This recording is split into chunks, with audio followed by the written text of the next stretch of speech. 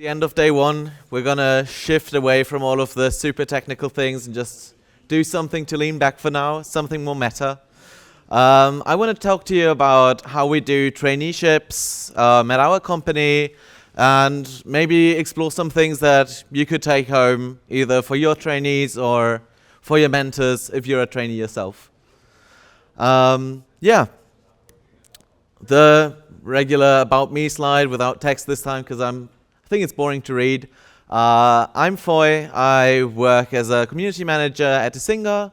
I work as a trainer at Netways, and yeah, this is me. I like to change things up.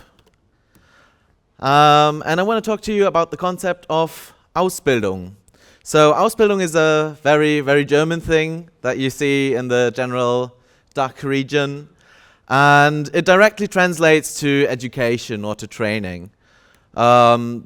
It's basically made out of two words which describe the meaning a little bit better. So we're talking about Aus and Bildung, where Aus means coming from, coming out of, and Bildung is actually, education or formation. So Ausbildung has the kind of sense of we're trying to go out of just training, just out of academia, and finding a bridge between the practical application and actually doing work whilst also learning about it. So I work for Isinga, like I said. I do community management, and the company itself is an open source monitoring development place. So the main things that we do is open source development in PHP, C++, and Go. We do some events like the community meetup we're going to have the day after tomorrow, and visiting like events like this one. We do support for our software, and we do some custom development specifically for different customers. So if you're doing a traineeship with Isinga, it's probably going to be very programming focused. But we're also partnering with Netways. We share the same offices, we share the same CEO, but we're totally different things, right? Totally different. And Netways is basically anything to do with open source, starting with consulting for all sorts of different open source products. So it's not just monitoring, but it's also log management. It's anything that has open source in the name. You can earn money by teaching people how to do it. Netways also does event management, so they organize their own events, and if you do a traineeship, you will also get insights into the event management part of it and how to interact with the community. We do trainings that are specific for certain open source tools, like GitLab, for example, is one that I do. And we have a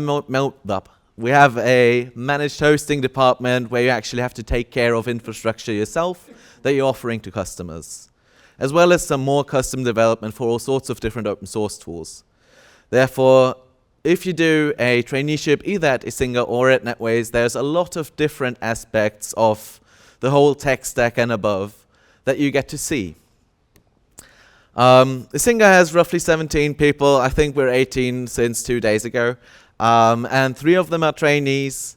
And at Netways, we have 72 people. 10 out of those are trainees. So we have a rather good mix of people that can spend a lot of time on training people, whereas our trainees have a lot of different people to learn from.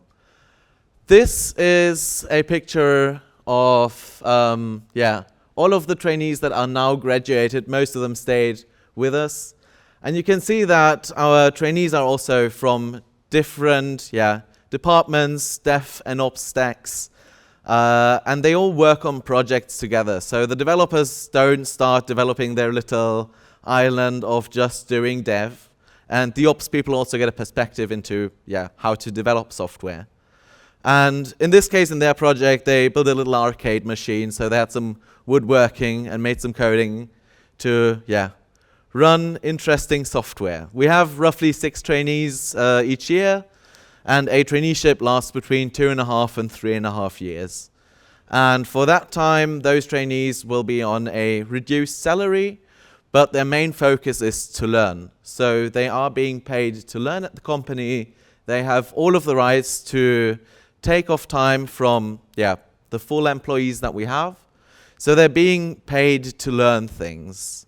And in Germany and in the DACH region, it is pretty highly respected, and the graduation or the degree you have in the end is slightly below a bachelor's, but still very highly renowned. So this is our current second year with their trainer. We have one person that is basically full-time taking care of the trainees. You can also find him running around here, so if you have any more questions about it, you can ask me or him. And yeah, we try to give a good mix between the different departments. So let's have a look at what this Ausbildung really means if we drill down. Basically, it's a dual system. So we have a public school system that is shared across different companies that want to do a traineeship, and it's state funded. So there is a public school system for any kind of job that you want to do. It's not just IT. If you're studying to become a hairdresser, there's also this kind of system. But we're, of course, looking at the IT part of it now. And you always have school for 2 to 3 weeks, and then you are in the workplace for, let's say, 4 to 6 weeks. So it's always a bit of school and a bit of work, which makes it possible to learn something new at school and then practice it in the form of some projects while you're at work. And that repeats until the 2.5 years or 3 years are over, and you are hopefully a very fully trained person that already has some work experience and has an easier time to transition into regular full-time work. In our case, the school is seen as some sort of basic training. We built up with some more training, some more specialized training, and then our trainees get together and work on projects. Rinse and repeat until you're done. If we look at one of those blocks that rinses and repeats all the time, let's zoom in there. We have the 2 weeks of school. We have usually 2 to 3 days of a special training by one of our licensed trainers on a topic. And those topics could be things like Linux, VirtualBox, networking, how to do scripts, what's a Raspberry Pi and what do we do with it, what's a DNS, how do I work with Git and GitLab. So we have all sorts of different tools from the stack that gets shared across all of our trainees, be it learning to be a systems administrator or be it learning to be a developer. And this all happens in the first year, where all of those different trainees are thrown together into one group. So from the start, both the developers and the system administrators learn both sides of the coin, learn all of the aspects of DevOps. And since I'm at ConfigManagement Camp, I also wanted to point out we also do config management stuff. And since we have a very specific focus on giving a broad aspect or a broad overview over what there is in the tech stack, we can start pretty early on in giving people intersectionality. What does one of those trainings look like? So I'm going to do it in the example of the Git and GitLab training, which is one that I do. And we start off with the training, which is 2 days long, where they learn how to operate Git and what this whole issue management thing is in GitLab and how to run a project, how to manage each other.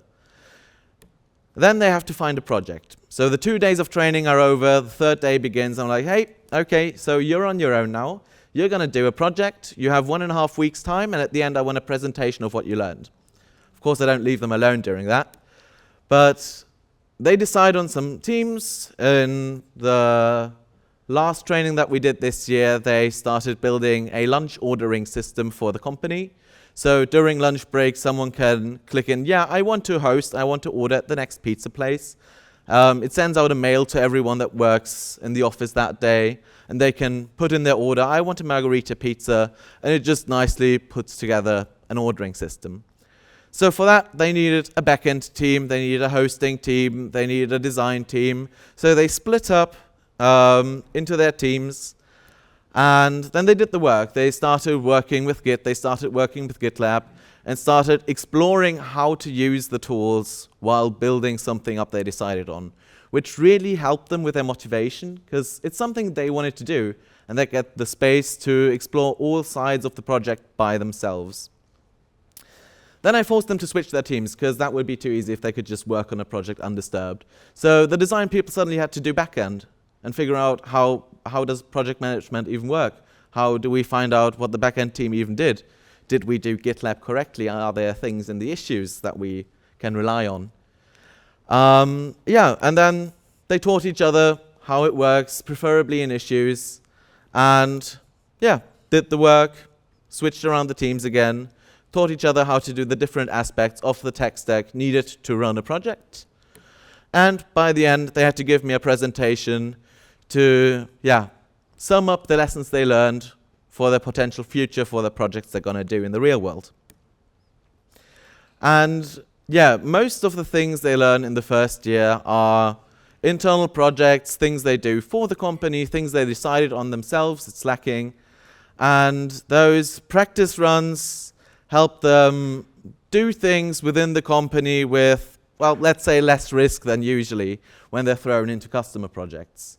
So they're still in the protective space, and they have the ability to see how development, how IT works from different perspectives.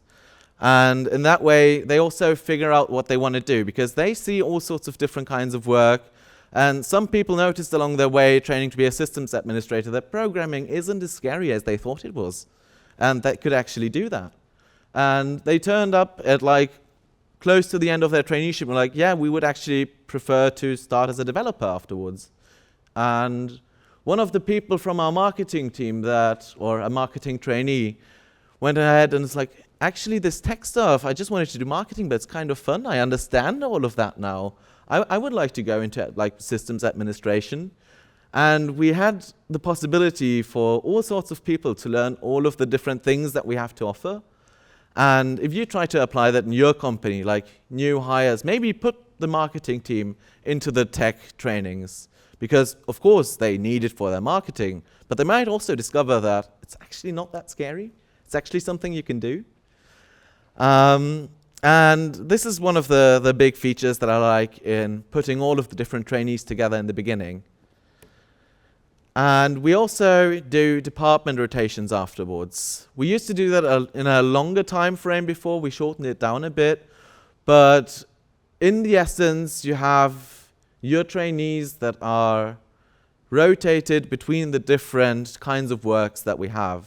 So I trained to be a developer, but I also got thrown into support work for 2 weeks in my traineeship. And it was scary. I got to know the different people that worked in support. I saw their perspective and decided, oh my God, I really don't want to do support ever again. And I have so much respect for the people that do that. I really learned to appreciate our support people, because it's something that I've seen them do. It's a tough thing to do, dealing with the customers, complaining, dealing with all of the issues firsthand, dealing with the frustration of someone not being able to read the docs firsthand. And I really appreciate the people that do that job, and it makes it a lot easier for me to interact with them. And the other way around as well. So if you rotate your trainees through the different departments, have a dev be in the marketing department to understand why they're writing what they're writing, makes the entire company grow closer together, especially if you start it in the traineeship program. And it's also a lot easier to interface with each other. Our consultants know our developers very well. They've known them since they started in the company together. So if the consultants have any sort of issue with the projects that we are developing, they know immediately who to go to. They know who to talk to, and they will be heard. So it doesn't only benefit the trainees, it basically benefits the entire company in the way of working together. And we also have a lot of team building resulting from that. So first of all, the trainees start off with a trainee weekend. I think it's in the second or third week after they start at the company, just welcoming them in and building a structure of, being able to talk to each other, not just from rotating through the departments, but from the very, very start. And we have very few barriers of communication. We have lunches together because we know each other. I go on lunch with whoever is free, no matter the department. Whereas I've seen Or I've spoken to other people that were in the public school system with me that don't even know the people from the marketing department. Those are the weird guys that write like weird texts with emojis. And it makes it a lot better for everyone if you know each other. We, as a company, sponsor our trainees to go on dinners together. Like, just pick a restaurant in the evening, go all out together, have a good chat, and foster relationships from the beginning. So that might also be something that you can suggest to your employer, which would be a good idea. It's usually not a lot of money, and it really helps in the big picture. And yeah, also having your people of trust go on those adventures with the trainees helps them feel less concerned when asking questions. So we have 2 people that do basically all of the management around the trainees. They put up the training plans, they manage all of the timetables, when to do what. They communicate with the school system to figure out what the trainees are learning, to coordinate it with, did they already hear about what CSS is in school? So we can maybe go into like web design trainings at work and build on top of that. So you can communicate with the schools, you can coordinate the projects, and yeah, this also helps with advertisements at trade fairs, for example. So if you go to schools, you send the person that does the training, you send a few people that are in the traineeship program, and they really help advertise for what it's worth. If you want to be a trainer, at least in a German-speaking region, there are a few requirements that you need to meet. In order to train trainees, you have to be licensed. Because it's Germany, there needs to be some bureaucracy involved, right? So there's a 2-week training course at the Chamber of Commerce that you need to do.